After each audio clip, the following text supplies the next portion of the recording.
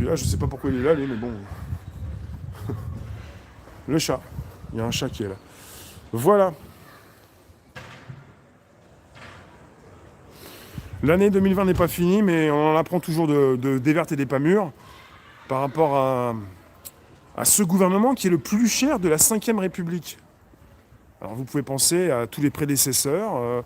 Là, on est sur gouvernement numéro 2, qui est encore plus cher que le gouvernement numéro 1. Le gouvernement Castex, c'est plus cher que le gouvernement Philippe. Et on peut penser aussi à différents gouvernements, comme sous Hollande, sous Sarkozy, sous Chirac, sous Mitterrand, sous Pompidou, vous voyez, De Gaulle. Donc quelque part, le plus cher des gouvernements, c'est celui de M. Castex. On est parti avec un chiffre, je ne vous l'ai pas dit, mais on est parti avec une masse salariale. On parle de 185. Alors, un coût salarial de 185 millions d'euros. Le gouvernement Castex est le plus cher de la Ve République. Bonsoir Olivier. Le plus cher. Ça coûte très cher, et puis peut-être que quelque part, c'est pas trop un souci pour le gouvernement qui pourrait vous dire, bah, c'est la crise, on vous donne beaucoup d'argent, vous allez quand même pas vous plaindre.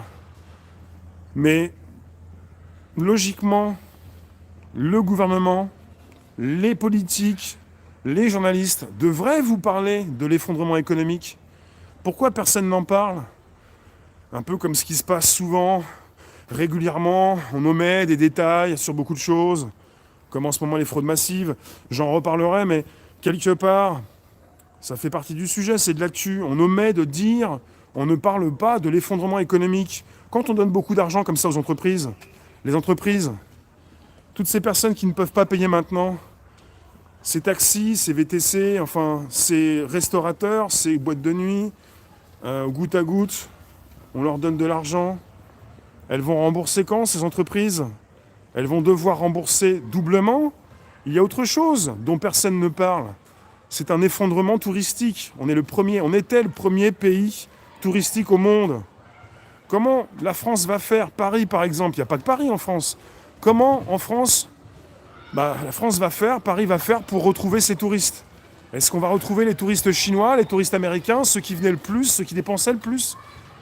Alors il va falloir véritablement comprendre que si on est engagé dans ce type de crise, beaucoup parlent maintenant d'un vaccin obligatoire et peut-être aussi d'un passeport qui permettrait, parce que là, vous reconnaissez ceux qui débattent le plus activement, et puis tous ceux qui veulent vous proposer, même vous obliger à vous vacciner.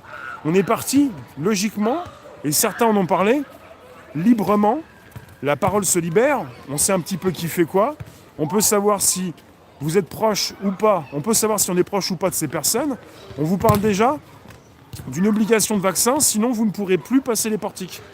Vous ne pourrez plus sortir, faire vos courses, travailler, vous déplacer, partir en vacances, ce type de choses. Donc quelque part, ça traînait déjà dans les têtes sur les plateaux de télévision dits traditionnels.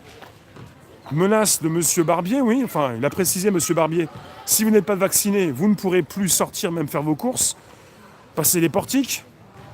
Et on est en train de préparer donc le grand reset, la grande réinitialisation, dans laquelle vous faites partie ou pas, ou même vous faites partie même si vous n'y faites pas partie, parce que vous allez souhaiter ou pas du tout, passer les portiques, la pupuce, la picouse.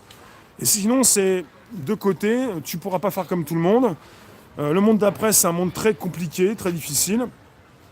Et la parole se libère. Donc on a des experts, des soi-disant experts, qui vous précisent le monde d'après.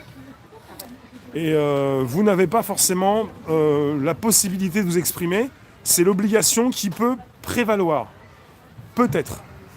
Et de plus en plus, donc, cette parole se libère avec des soi-disant spécialistes, journalistes, entre guillemets, qui vont vous exposer leurs idées. C'est bien. 2020, l'année de la transparence. On sait qui fait quoi. On sait dans quel camp tu es. On sait si tu es un collabo ou pas du tout, ou un résistant. On sait ce que tu veux. On sait si tu es donc dans le courant mainstream. Si tu es donc un opposant politique, on sait beaucoup de choses. Mais ça fait déjà plusieurs mois qu'on le sait, puisque ces différentes manifestations qui ont récemment eu lieu, même depuis quelques mois, quelques années, ont profité au filming, à l'enregistrement de votre visage, à savoir qui vous êtes, à cette reconnaissance faciale. Enfin, alors un petit temps fort, je ne l'ai pas fait quand même. Bon, je me pose